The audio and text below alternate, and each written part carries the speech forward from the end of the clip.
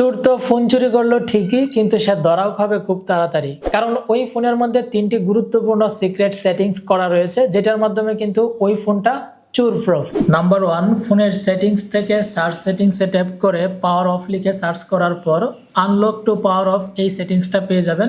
এইখান থেকে সেটিংসটা অন করে দিবেন। এই সেটিংসটি করা থাকলে চোর কিন্তু আপনার ফোনটাকে চুরি করার পর পাওয়ার অফ করতে পারবে না। এই ক্ষেত্রে কিন্তু আপনার ফোনটা অন থাকবে, আপনি খুব সহজেই কিন্তু আপনার ফোনটাকে ট্র্যাক করতে পারবেন। নাম্বার 2, ফোনের সেটিংস থেকে নোটিফিকেশন সেন্টারে ট্যাপ করে মোর সেটিংসে ট্যাপ করবেন। এরপর sweep down on lock screen এখানে ট্যাপ করবেন।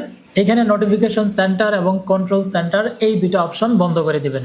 এই সেটিংসটা করে দিলে আপনার ফোনের নোটিফিকেশন বারটা কিন্তু লক হয়ে যাবে, সেটা টান দিয়ে নিচে নামাতে পারবে না, এবং আপনার ফোনের এরোপ্লেন মোডটাও কিন্তু সে অন করতে পারবে না। এই ক্ষেত্রে কিন্তু আপনি লোকেশন ট্র্যাক করতে পারবেন খুব সহজেই। চোর যদি ফোনের সিম কার্ডটি খুলে ফেলে তাহলেও কিন্তু সেই ফোনটি খুঁজে পাওয়া সম্ভব। তার জন্য আপনাকে প্রথমে ফোনের সেটিংসে যেতে হবে। ফোনের সেটিংস থেকে গুগলে ট্যাপ করবেন, ফাইন্ড মাই ডিভাইস এই অপশনে ট্যাপ করবেন, ফাইন্ড ইউর অফলাইন ডিভাইসে ট্যাপ করবেন। এরপর নিচের যে অপশনটা রয়েছে সেই অপশনটা চালু করে দিবেন। এই সেটিংসটা করে দিলে আপনার ফোনটি অফলাইনে থাকলেও কিন্তু খুব সহজে লোকেশন ট্র্যাক করা যাবে, এবং এই ক্ষেত্রে এই গুরুত্বপূর্ণ 3টা সেটিংসের মাধ্যমে কিন্তু খুব সহজে আপনার ফোনটাকে চোর প্রুফ করতে পারেন এবং খুব সহজেই কিন্তু আপনার ফোনটাকে ফিরে পেতে পারেন। ধন্যবাদ।